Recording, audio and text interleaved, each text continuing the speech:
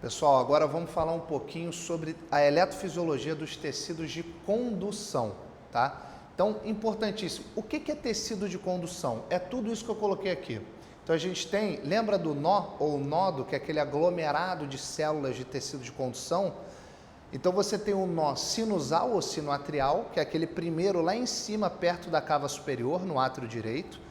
E tem o átrio ventricular, que é aquele que fica bem ali em cima, perto do septo interventricular e perto ali do septo átrio ventricular, bem ali no meio dos dois átrios e dos dois ventrículos. Esses são os nós ou nódos. E a gente tem o feixe de His, né, ou feixe atrioventricular, que desce pelo septo e que passa ali aquele esqueleto fibroso. Depois a gente tem a divisão em ramo esquerdo e ramo direito. O ramo esquerdo vai para o ventrículo esquerdo, o ramo direito vai para o ventrículo direito. Eles descem ali pelo septo interventricular. E esses ramos, eles vão dar origem, no final, às fibras de Purkinje, que vão se ramificar ali pelos ventrículos, tá? Então, esse é o tecido de condução que a gente tem no coração. Beleza, entendi. Mas eu quero ver uma imagem. Aqui está a imagem para vocês. Olha aqui, ó. Nó sinusal ou sinoatrial. Aí a gente tem esses feixes aqui que são atriais, que passam tanto pelo átrio direito quanto pelo átrio esquerdo, que vai estar mais em cima ali, e chegam no nó atrioventricular. Chegou no nó atrioventricular, o estímulo vai passar pelo feixe de His ou feixe atrioventricular e vai se dividir, ó, em ramo direito e ramo esquerdo, que vai descer até lá embaixo, onde isso vai se ramificar em fibras de Purkinje, que são as fibras ventriculares mesmo, tá? Então, é assim que se desenha todo esse esqueleto do tecido de condução do miocárdio. Beleza, entendi. E como é que funciona a eletrofisiologia dessas células? Funciona desse jeito. Pô, tá bem diferente do tecido de contração, né? Olha aqui, ó, a gente consegue ver bem aqui que não existe um potencial de repouso que fica retinho. A gente tem sempre um potencial que vai aumentando até atingir um limiar e ter uma despolarização. Por que isso acontece? Porque essas células, esse tecido de condução, ele fica continuamente com um influxo lento de sódio. Então fica entrando sódio devagarzinho, aí de menos 60 ele vai positivando, positivando, positivando, até chegar em menos 40. Então lembra, tem potássio dentro, tem sódio fora da célula.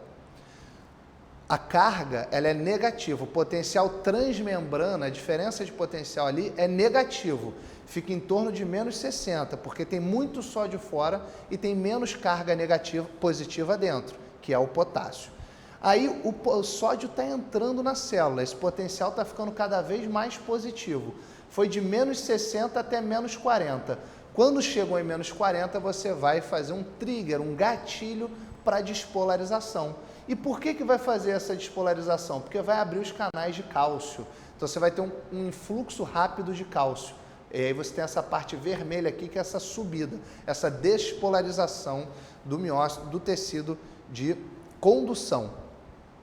Vai chegar ali até 0, mais 10, mais 15, no máximo mais 20, e aí você vai começar a ter o fechamento desse canal de cálcio e a saída do potássio. Então esse efluxo de potássio vai causar a repolarização até menos 60.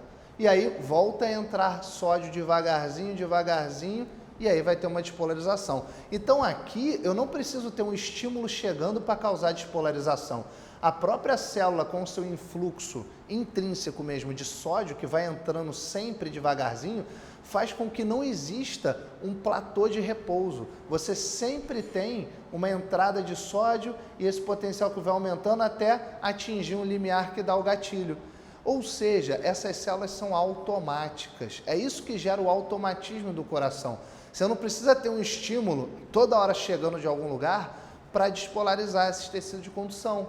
Então você vai sempre ter condução. Isso é automatismo do tecido de condução. Então vamos dar uma olhadinha aqui, ó, nos quadradinhos para a gente entender melhor. Está sempre entrando sódio, não tem potencial de repouso em platô. Então está aqui em menos 60, está entrando sódio, está aumentando, aumentando, aumentando. Chegou em menos 40, abre o canal de cálcio e começa a entrar cálcio, faz essa despolarização. Chega lá em cima no platô, fecha o canal de cálcio, fica só saindo potássio até chegar em menos 60 de novo, quando vai começar a entrar sódio. Começou a entrar sódio, chegou em menos 40 de despolarização, porque abriu o canal de cálcio. Então, tem automatismo, não tem aquele platô lá embaixo. Ele está sempre aumentando até atingir o trigger. Então, é por isso que essa célula é automática, por isso que a gente tem automatismo do tecido de condução. Beleza, entendi. Mas tem uma coisa que sempre falam que é o período refratário. O que é isso? O período refratário é o período que aquela célula tem, onde a chegada de um novo estímulo, seja por qualquer motivo, não vai causar uma nova despolarização.